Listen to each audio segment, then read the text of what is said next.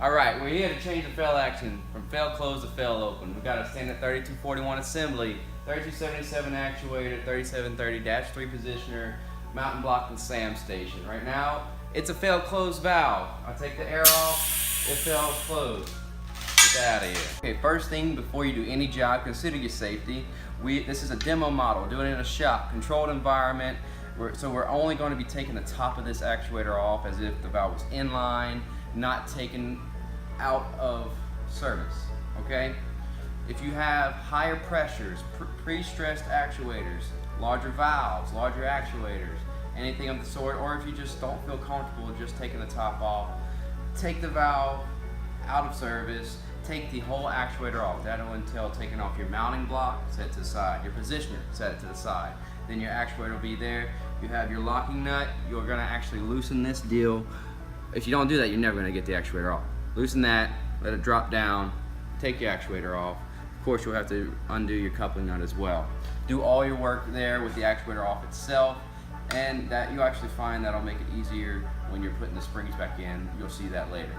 Okay, so the tools you're gonna need to do this job, you got a Phillips head screwdriver, cordless drill makes it a little easier, some pliers, an adjustable crescent wrench, Allen head wrench, 2 crescent wrenches size 13mm, 11/16 crescent wrench, 2 nut drivers, one 8mm and one 10mm. Also a small flathead screwdriver. We got our main Allen screw that's attaching the mounting block and regulator to our valve. Alright, so I've loosened that screw, I'm taking off the block. I'm gonna take off all the gauges, or these two. Those will probably be tightened. And then you take off the regulator, because you're gonna need to get to that screw to take off this faceplate off the block. This is our standard block. What we're doing is going to remove the gasket. Got 3 screws.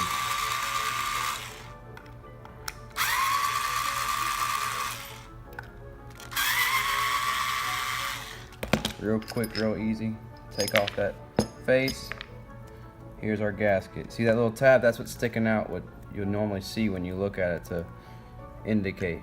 Literally just flipping it. Tab is on the next side, pressing it in a little bit, putting the face back on, exact same way, putting our screws back in. Alright, now that we've got the block off and the gasket switched, going to actually change the springs and flip the diaphragm inside the actuator itself. So that's where these 2 wrenches come into play. Take the diaphragm top off. Alright, we got the bolts off, so taking the top off the actuator, real easy. So this was a 6-30 actuator. Fail to close, meaning it was actually getting the shut off from the spring, so it needed that to get a good shut off. Now we're going fail to open, which is air to close. Since it's getting the shut off force from the air, it doesn't need as much force from the springs. So 3 to 15, we're actually switching just to 3 springs. In order to get this actual diaphragm plate out, because we're gonna flip it, we need to decouple the stem connector. That's where your 10mm nut driver comes in. So you got the stem connector decoupled, ready to pull it out, right? Wrong. It's stuck. What's going on? You got a couple more pieces to take off. You got the back plate right here, 2 screws. Again, super easy. All easy all day. Don't lose anything. If you're working 80 feet in the air and you drop one of these, then it's not so easy. Got the back cover off, 8mm nut driver or a flathead screwdriver. Loosen this bad boy up. He's gonna come right out. Nothing holding it in except that little screw. And then your positioner arm is going to fall nice and easy out of the way while you take this off. Go ahead, you don't want to drop anything, set your springs to the side, don't lose them. Comes right out. Just took the cover plate off. Next we're going to take off this nut so we can flip it. I've got a 11/16 crescent wrench right here. If you have a ratchet, work even better. We're going to have to get on a little bit because that's going to be nice and tight. We're using a vise to make our lives easier. If you do use a vise, make sure it's the soft clamps. You don't want to use any wrenches or anything with bad teeth, hard metal teeth to damage that stem. So I'm going to hold up the back up right there, loosen it up, and take this nut right off. Alright, so we're almost done with the whole process. You'll see it looks like an inverted umbrella, open side up. We're switching it to look like an umbrella, open side down. Nut's going to go back on, we'll tighten it up really nice, and then we'll get it back in the actuator. Got our cover plate back on. Got our springs in place, holes lined up, diaphragm to the actuator body, putting our top cover back on. Our vent is on the right side in this case because we're demonstrating flow towards the right. Now that's back on, gonna pop our screws in.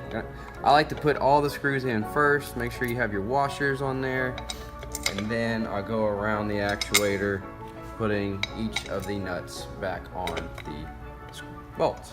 Alright, so we got our top back on, all the screws back in place, and all the accessories back the way we found them. Don't forget that follower plate with the positioner arm. It needs to be on top of there.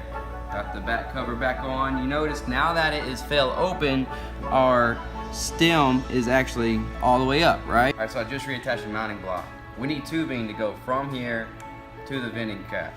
We're going to actually take this off, and I need to take off this cover nut in order to gain access for the tubing.